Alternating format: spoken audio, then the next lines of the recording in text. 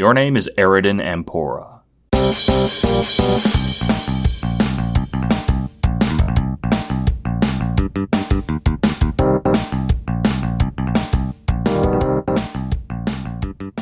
Alternia was so great.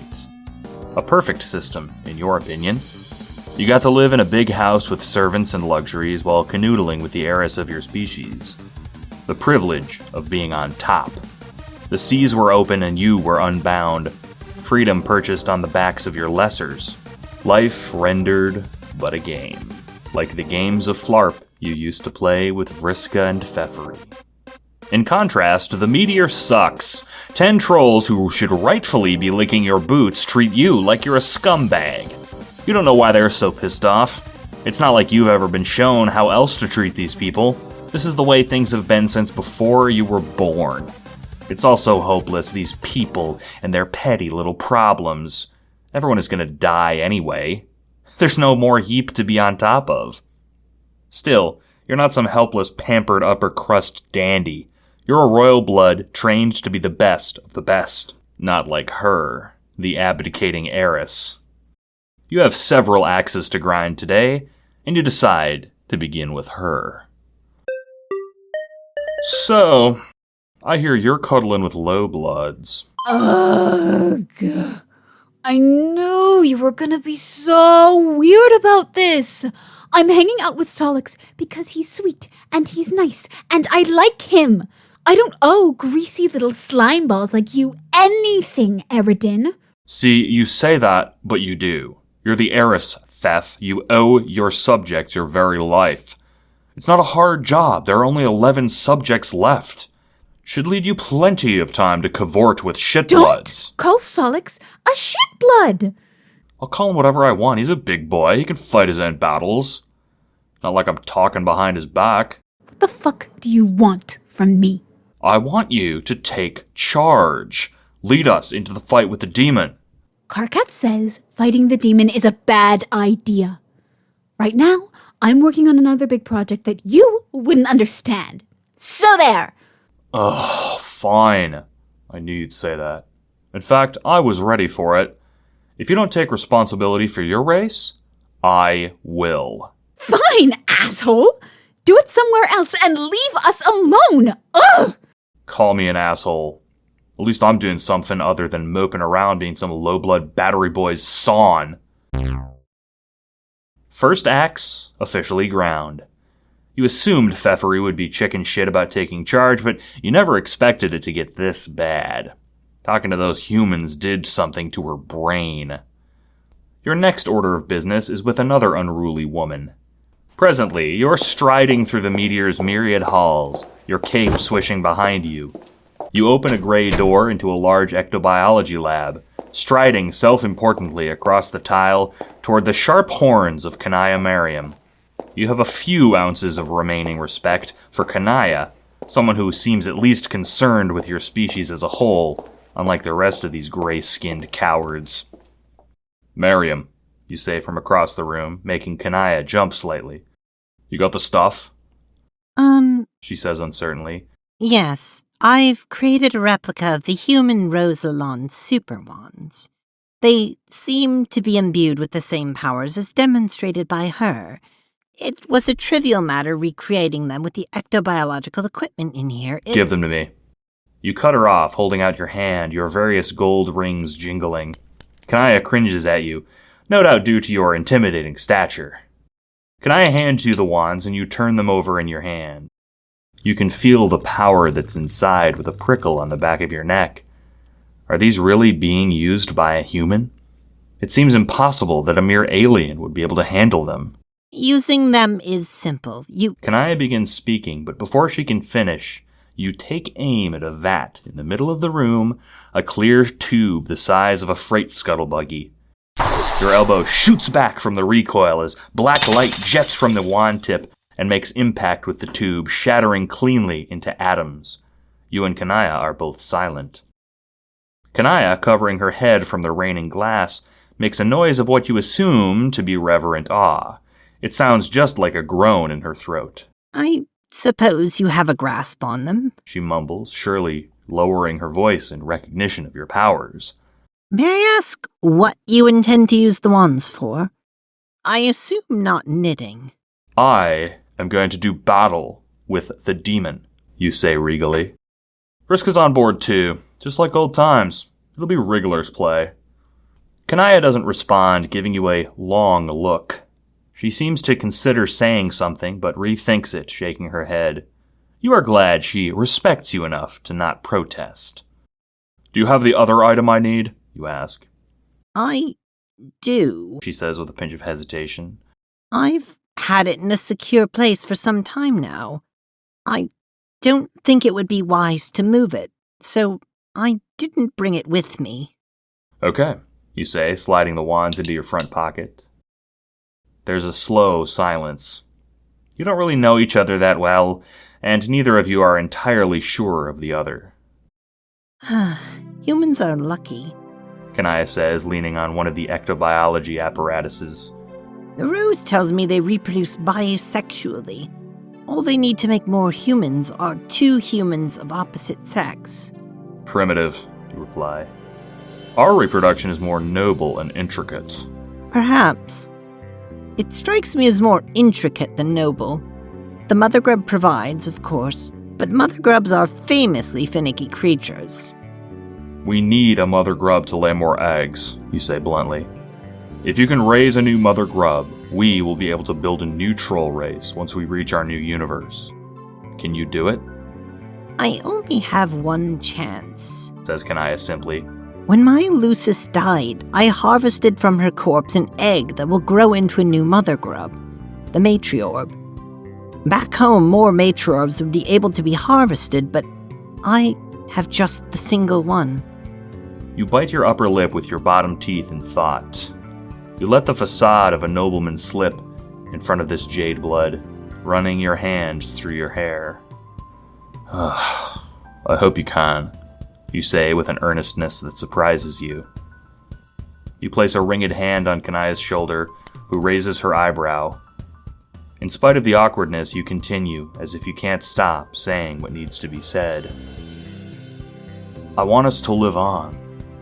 The others, they think Alternia was shit, but we know how beautiful it could be.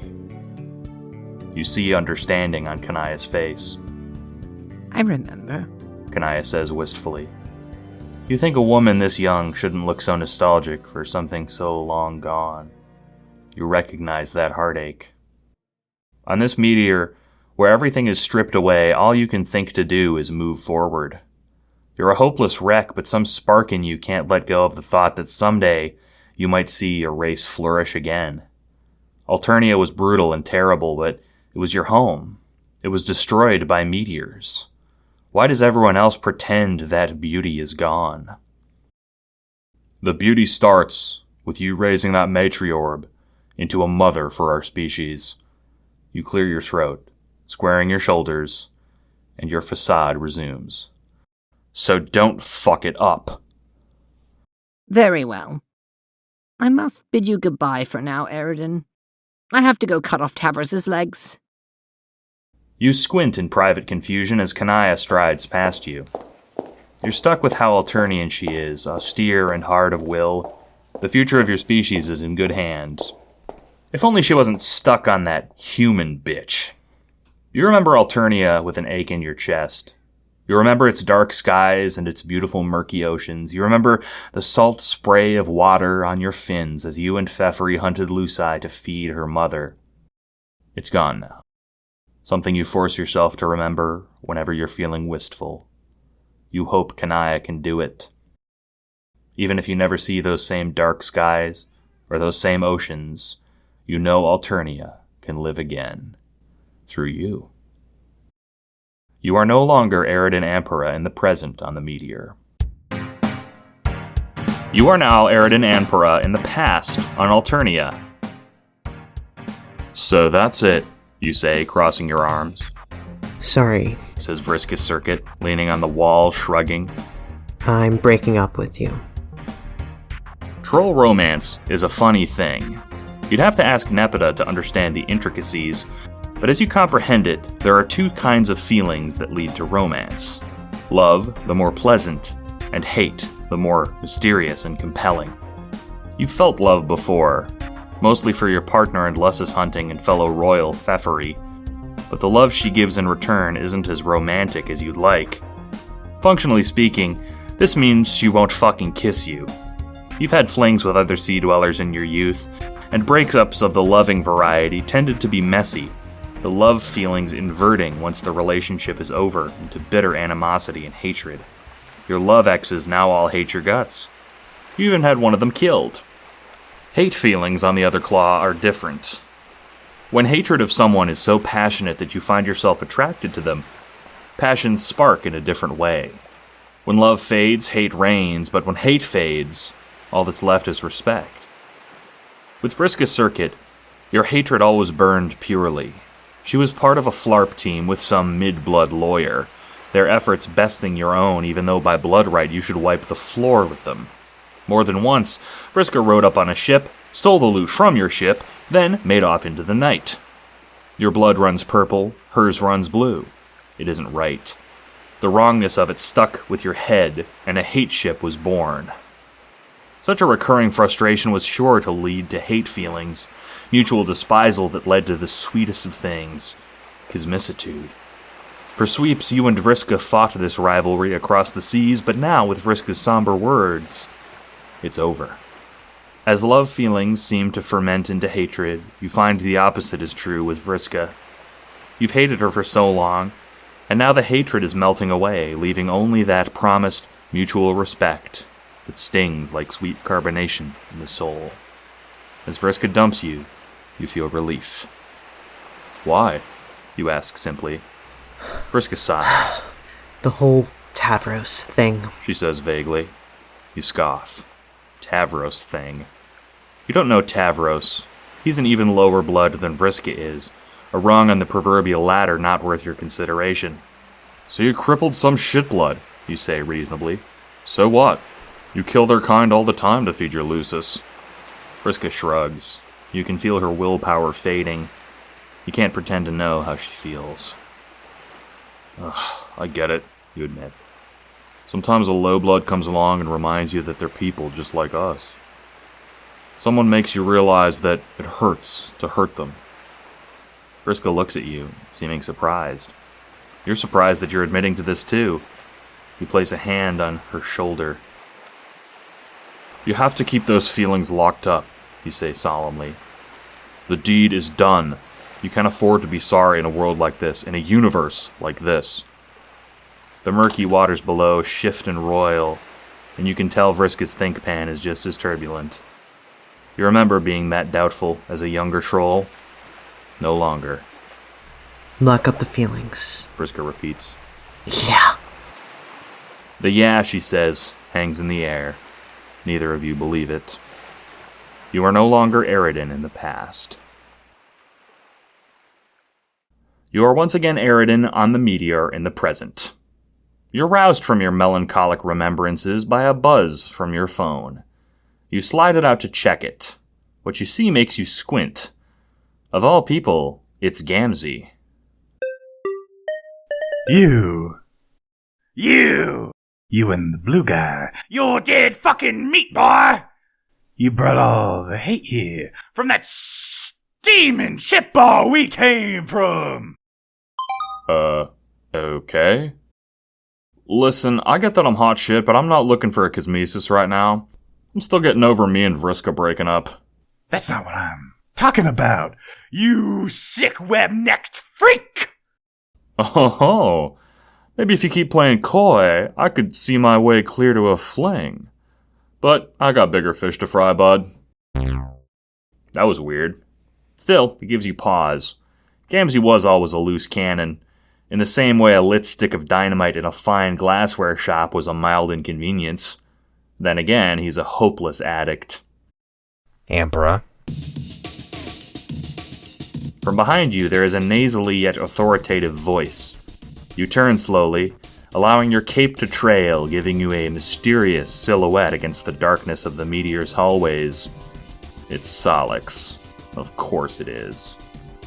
What is it, low blood? You sneer, pretending not to know his name. If anyone was a candidate for replacing Vriska as your Kismesis, it was him. Sadly, you don't think he regards you in the same way. You consider him a rival, and he seems to consider you the same way one considers a large bug one might find under a rock.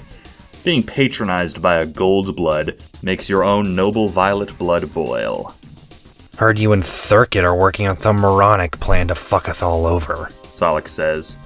Straight to the point, just like all shitbloods. They have no taste for subtlety, but you attempt to infuse some into the conversation. You don't know my plans, you say mysteriously. Or you hope it's mysterious. Solix is unfazed. Whatever plans you do have, end them right now, Solix says. He lowers his glasses. The red and blue lenses drop to reveal his two-tone sclera, which you recognize as the threat it is. You can almost smell the burning iron scent of the laser beams he can shoot from those eyes. Fine, you say with a note of bitterness. He scoffs. Solix turns, and your hands move away from your wands. Enjoy Pfeffery, you say as he walks away. His foot hesitates midair. Before she gets bored with you. Solix hangs his head, turning back towards you with a scathing glare. If she gets bored with me, she can fuck off. She's her own person, he says simply. Something which you never seem to understand. Solix had the last word, but from how his feet irritably stomp away, you can tell you got to him at least a little. That will have to be enough for now. You draw your cape around you, covering your brand new wands. You are no longer Eridan Emperor. Thank you for listening to Homestuck Alternate Universe. HSAU is sponsored by contributions from viewers like you. To learn more, go to patreon.com/funkmclovin. This episode was directed, recorded, and edited by Funk McLovin. The cast, in no particular order: AE as Terezi, articulately composed as Rose and Mom, Bucky as Karkat, Captain Lazar as Jack Noir, Eclipi as Gamzee and Equius, Janaya as Kanaya and Jade, Pakin as Tavros, Technically Dead as Solix, Harper as Vriska, Shrimp as Nepeta, and West as Pfeffery. Art by Sunny Dionysus, Gastro, and Clown's Kiss. Supplemental art by Funk McLovin based on characters by Andrew Hussie. Special thanks to Daft Class, Yo It's Crow, and Andrew Hussie. Homestuck Alternate Universe is not affiliated with What Pumpkin or Viz Media. To read Homestuck's original webcomic, please go to homestuck.com or bambosh.dev/unofficial-homestuck-collection. Thank you.